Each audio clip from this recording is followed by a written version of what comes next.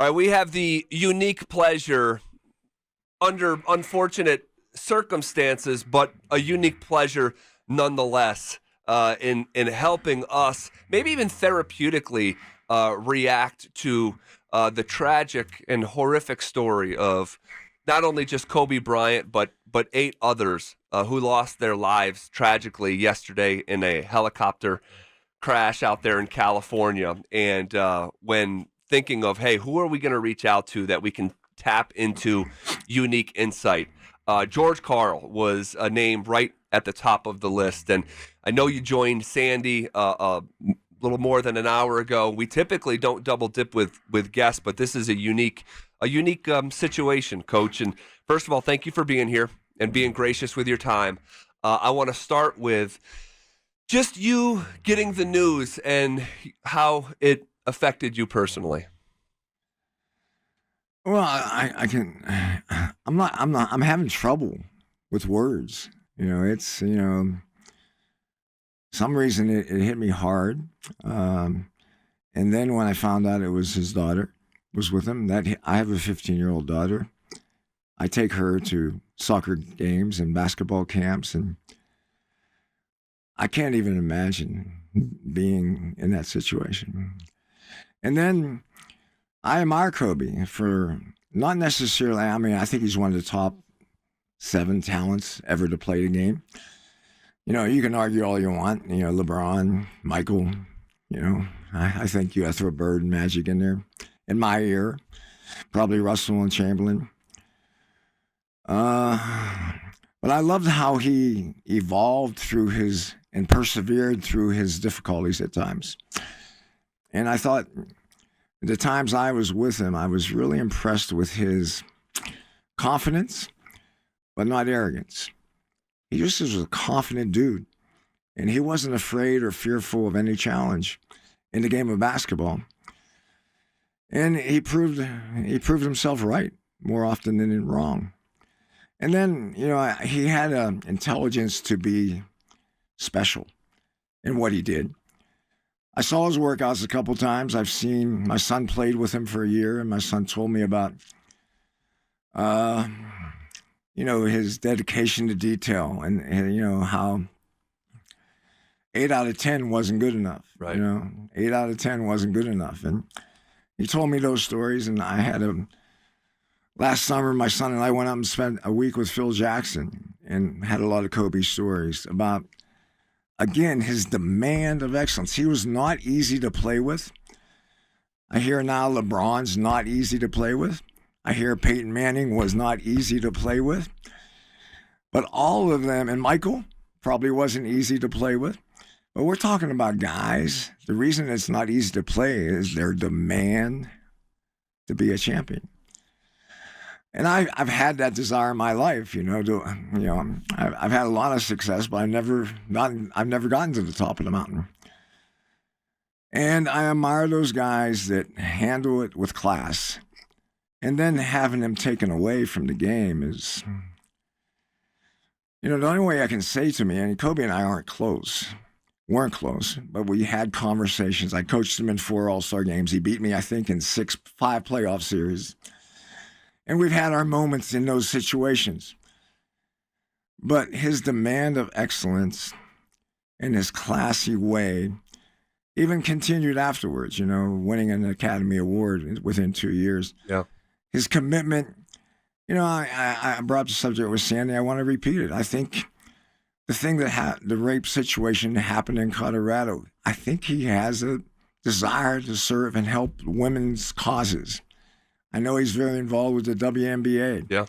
I know he's involved with college players. Yep.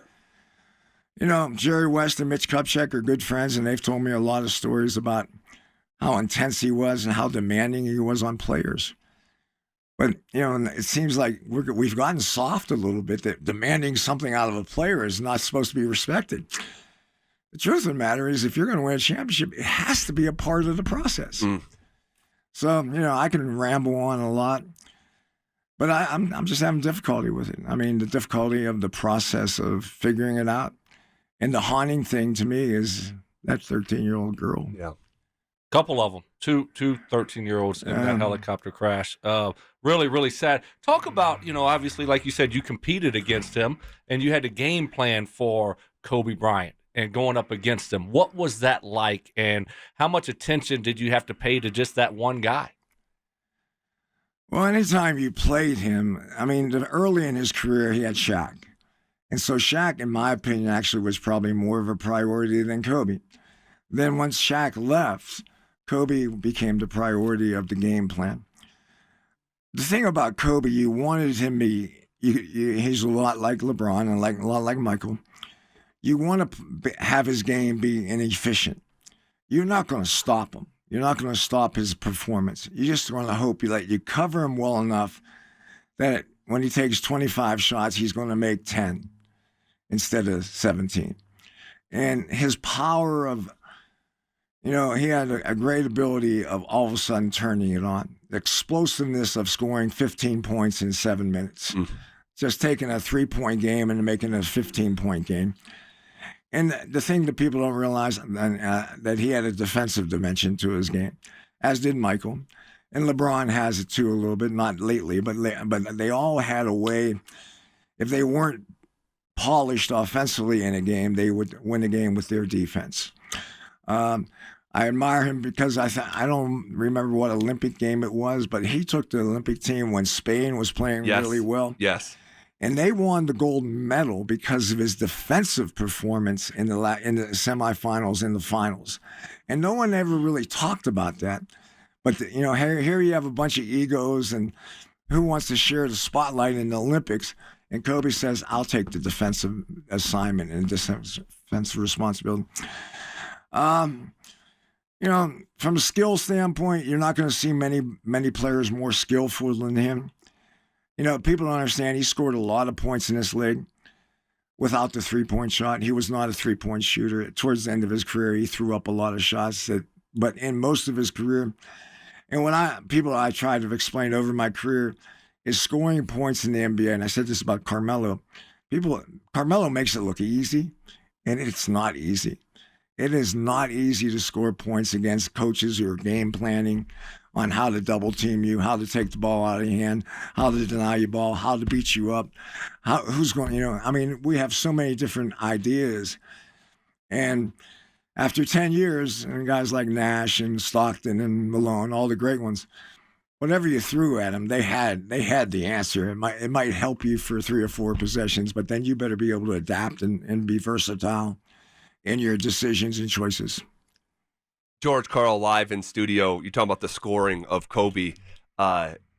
You think of a guy, another Hall of Fame talent like Kevin Garnett. Kevin Garnett is one of the all-time great players. He never scored 50 points in a game.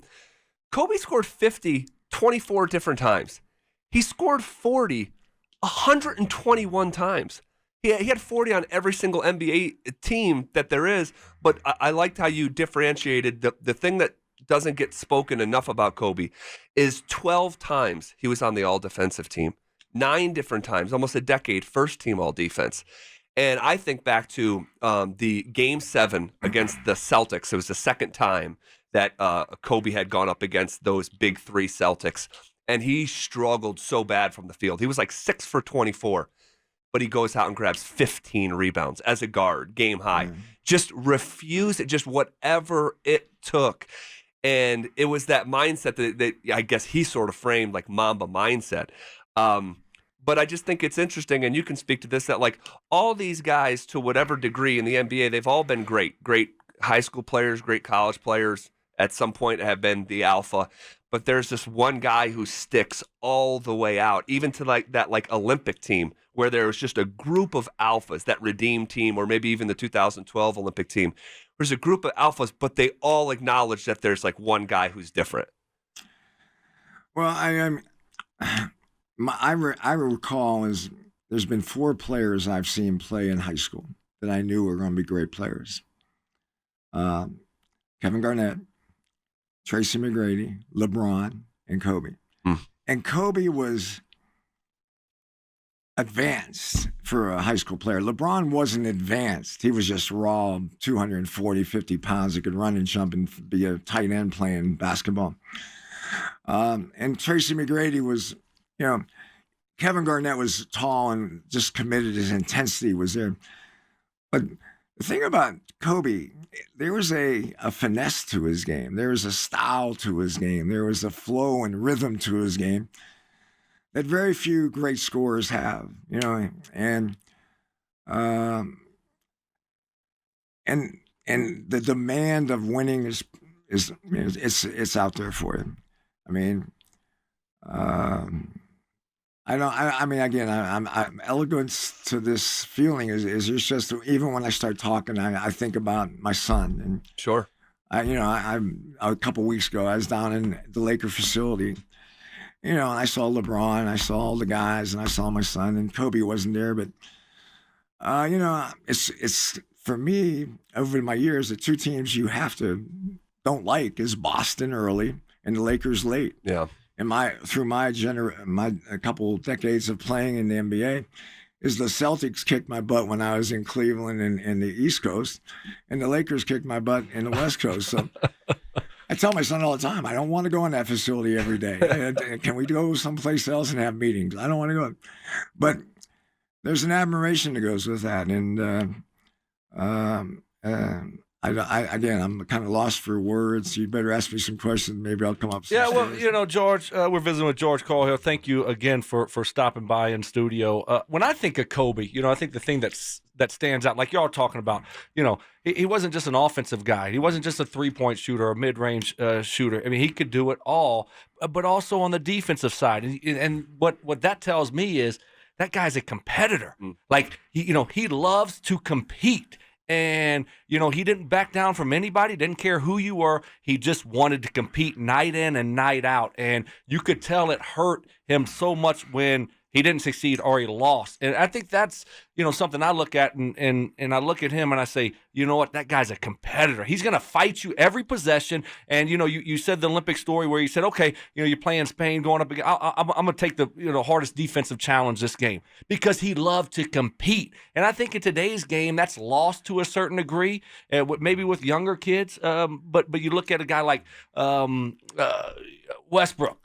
I mean, he's a competitor. He just loves to compete. Don't matter who you are. And Kobe was the ultimate competitor. It's not lost when it counts.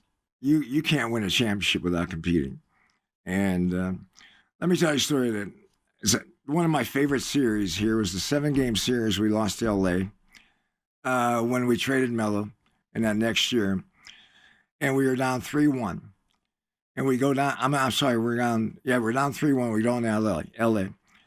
Andre Miller comes up to me before game 5, and he says, "Coach, I want to give the pregame talk." And it just got me goosebumps. And I said, because at that time, Andre had never won a playoff series. And I said, "Andre, I'll say a couple words and I'll give it to you." And it's one of the greatest pep talks I've ever seen a player give a team. And we win game 5. We come back here and beat them by 25 in game 6. And we go down there in game 7. And we're playing in the game. We get down 20 early, and it looks like they're going to blow us out. And our guys fight. We stay in it, and we take the lead in the fourth quarter. And what pisses me off, excuse my language, but you're good. Ron Artest was suspended for 6 games, and they allowed him to play in Game 7. And I swear the only reason they won Game 7 was they had Artest, Kobe, and Derek Fisher to put on our 3 guys that were going really well. And they put Kobe on Ty, who was our motor. Ty was our guy. And he not only did he told Ty, like at the 9-minute mark, he says, "Ty, I'm going to foul you every time down the court. They're not going to get called. They're not going to call it, and you're going to get frustrated with the play." And you go back and watch that film, and it's exactly what he did. He beat Ty up. He put his hands on him, slapped him every time he could, knocked him on the ground when he had it. And, we lose a close game. But Kobe was kind of at that stage where mentally he was into the game too. As Michael played towards the end of Michael's career, Michael would play games to get himself mentally into the game. Sure. And he got into Ty's head.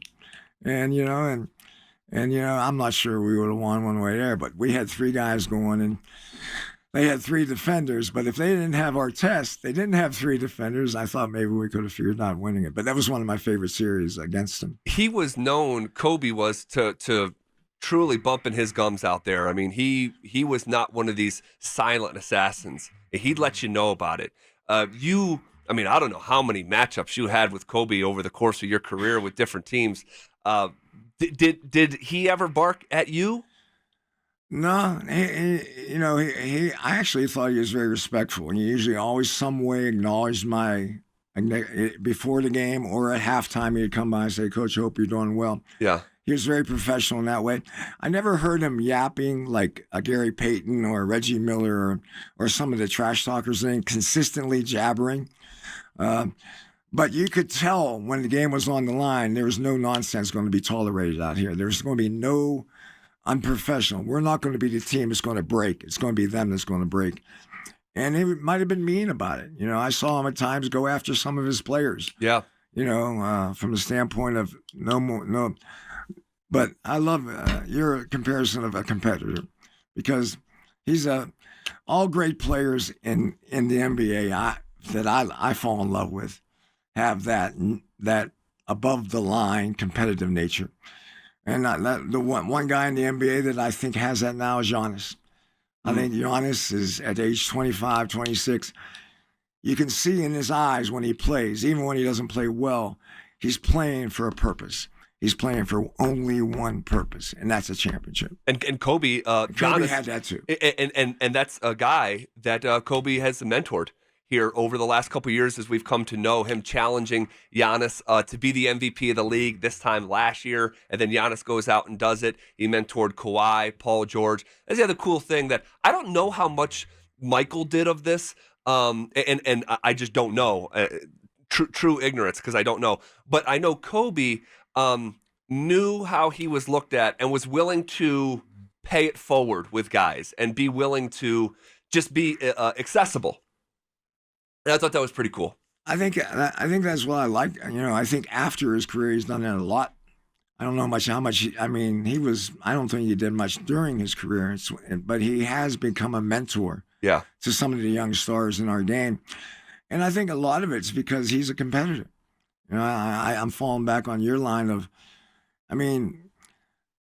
your talent doesn't come out unless you're a competitor.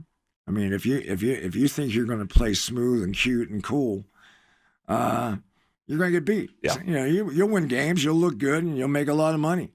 But if you want to win a championship, you better grow up, man. It's not about being cool on the stage of championships. I love that. Yeah, and for me, when you look at the tragedy of yesterday, and we're joined by Coach George Karl here, when I think of Kobe, I was never a Lakers fan, didn't like the Lakers, so I wasn't a Kobe Bryant fan for a few different reasons, obviously. But the one thing I could watch him do and appreciate was he was just the ultimate competitor. You knew it late in the game. He wanted the ball. He was going to take the shot. And I, as a fan, watching the game, I always felt like it was going in. I'm like, he's going to make it. That's just how he trained you that, that last second shot, he's going to make it. And so you had to respect his game because of how he went about his business night in and night out and how he just competed. Well, what I thought about his leg game situations, he didn't have a fear of missing it. That's right. No fear of failure. He had no fear of missing it. And if he missed it, he also would be a dynamic defensive force at the other end of the court. And as a coach, on the highlights are on the offense, but you win many more games on the defensive end of the court at the end of games. And I'm sure in football it's the same way. But in basketball, stops win more games than makes. And Kobe was great, but he loved it. He loved it. He wanted the ball to a fault. Took some bad shots when it counted. Sure. I think towards the end of the career, he got a little more frustrated with not having a good team and probably forced more. But if that's his only imperfection, I think we can handle it. How much NBA basketball do you get to watch nowadays? A lot. I'm not possessed by it as much as I once was. Sure. I really think there's a lot of there's a parody in the NBA of mediocrity a little bit. So There's a lot of games I don't want to, when I every morning or every afternoon I look at what games are on. And there are a lot of nights I don't watch any game, but there are a lot of nights I'm watching 2 or 3. Sure. My son he coaches the South Bay Lakers, so I watch all his games. And I go down and visit him, Give him a little advice? He's struggling right now. He's on a 10-game losing streak. But what do you tell him? What do you tell him when you see your son going through that? Fundamentally, I tell him what I would tell any coach. When you're losing, make it simple. Go back to fundamentals. Build a base that can be built upon. He's not healthy right now. He's got a lot of guys hurt.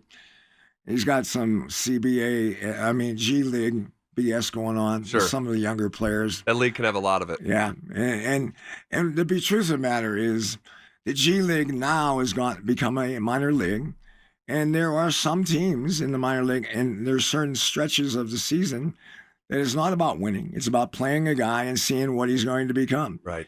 And that's kind of the stage he's gotten caught in. It's hard, though, watching your son. He had an unbelievable game last night. He was down 28 in the first half, got the lead in the fourth quarter, and lost by 20 because his big guy got hurt. That's hard to do. I know, it's real hard to do, but they were playing the Golden State's my team, and they were shooting threes and all of a sudden they made like 8 threes in the fourth quarter. Well, what do you sorry, I didn't mean to cut you off there. What do you make of this Nuggets team? Have you got a chance to watch them? Do you think they got a chance? What do you make of them? I'm a fan. I'm a fan of their team. I'm not a fan of not having a point guard, a real point guard. Don't get me wrong, Murray's a hell of a player. I think he's going to be an all-star someday. But I like playing with a point guard. I don't know. And Jokic is fantastic to watch. There's a lot of good pieces there. I just hope they understand that, they're hoping there's going to be a 5-year window. Sometimes when you think it's a 5-year window, it can become a 2-year window. And I think they're good enough last year and this year. If they would have tinkered a little bit more, maybe they could have won it. And I think instead of tinkering, they're going, well, we have potential here. Well, as a coach, potential is dangerous. Potential, usually when you fail, coaches get fired. Right. And expectations and potentials are the 2 dangers of all organizations. And so, there's a point in all sports, I think, once you get above this line of talent, it's not about talent anymore. It's about chemistry. It's about character.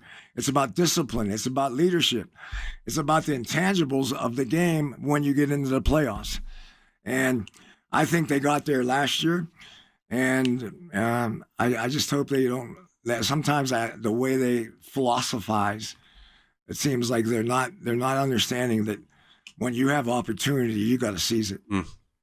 Well said. The one and the only, George Karl, thank you so much. You have a unique perspective. You coached in that league for so long, over 1,100 wins, which is still 6th all time, I believe. Really appreciate you making some time here on Stokley and Zach on a tough day, but it's sort of therapeutic to hear you talk about all these. The reason I want to do it, I think I need it. I need to get my whatever energy that's tied up inside me to get it outside me, and the more I talk about it, the better it'll help me. Thanks. Well, we can't thank you enough for being here. Thank you so much, Coach.